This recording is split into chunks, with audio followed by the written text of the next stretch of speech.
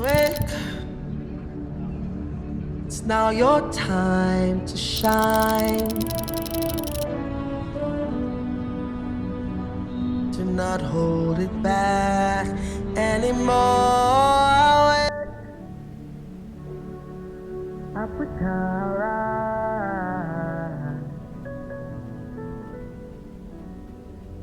No holding back anymore. The Lord.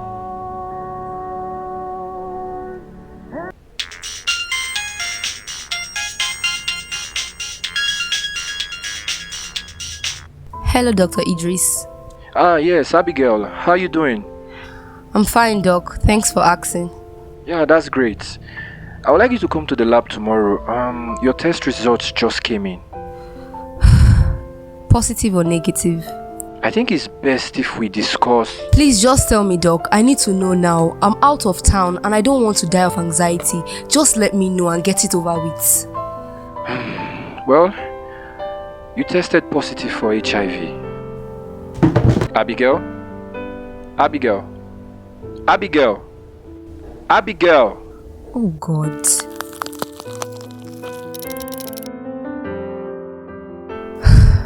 And this is where my story begins. My name is Abigail Okoye. I'm 22 years old. I study engineering at Ambrose Ali University, Nigeria. I used to be a star student with a bright future and an impeccable image until everything came crashing down. I was diagnosed with HIV 6 months ago. I couldn't believe it and had 2 repeat tests done at different labs in town, and they all came back the same: positive. It turned out that my boyfriend of 2 years had been unfaithful and had slept with multiple girls on campus. Tim had contracted HIV a year earlier, and despite knowing his status, he kept on sleeping with me. He preferred doing things without protection. I felt I was being faithful by going along and ditching reason. I wish someone had pulled me out of the mire of stupidity in which I was wallowing. After my diagnosis, I went into denial. I knew my actions had put me in my current circumstance. I was face to face with grief, and I was angry with everyone. My grades began to suffer, and soon I decided to quit school. A friend I had confided in told everyone about my status. No one looked at me the same way again. Had I become a disease? Was HIV a death sentence? I isolated myself with bitter thoughts and began to grow weary of life. I was battling depression and suicide. I couldn't pick myself to call my parents. How would I tell them that their only daughter had contracted HIV? I was at a crossroad. Accept the reality of what had come to be, or kill myself and escape from all the pain and uncertainty. I picked the easier option: to end it all.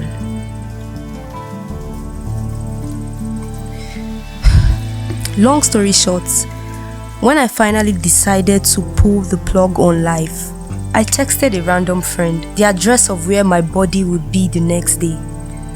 I half expected her to rush over to where I would be. Part of me will forever be grateful that she did. I will never forget the words she said to me. Abigail, behind you is 180 degrees of hope, healing, and a bright future, and in front of you is only death and even more uncertainty. Why not turn around?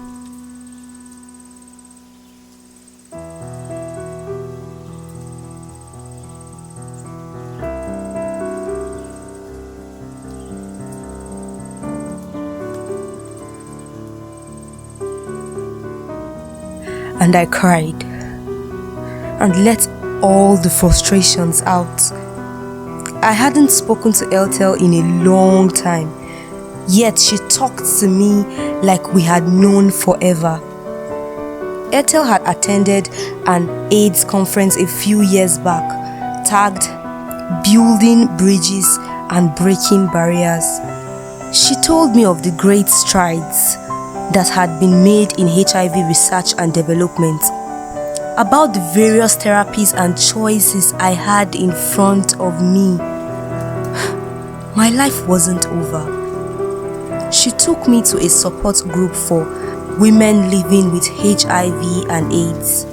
I saw women like me who had fought and conquered the fear, stigma, and pain associated with HIV/AIDS.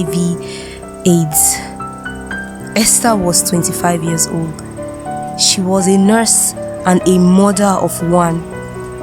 She had contracted HIV while on duty due to a needle stick injury.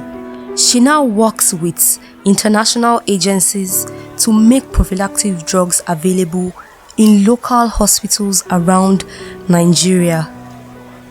Pauline was just 30. She was a teacher and a mother of 3. She had contracted HIV after being transfused with improperly screened blood at a local health care center. She currently runs an NGO that advocates for better blood screening practices. Joanne was just 26. She was a cook at an eatery downtown. She had contracted HIV 6 years ago.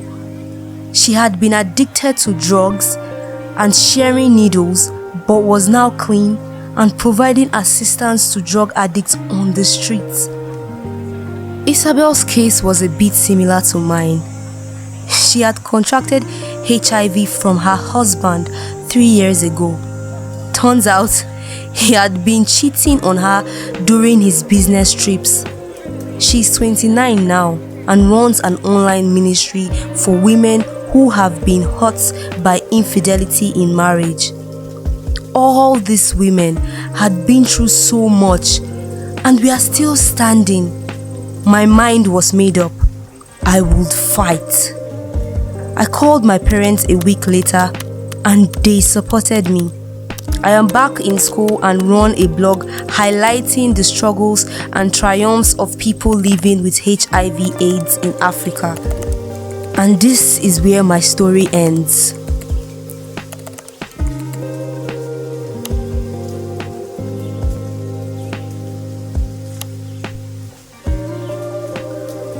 When does yours begin?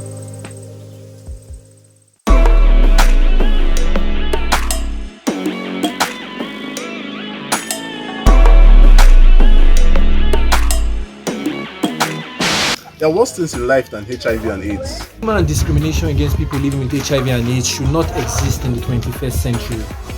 People need to rally around and care for and support those living with HIV.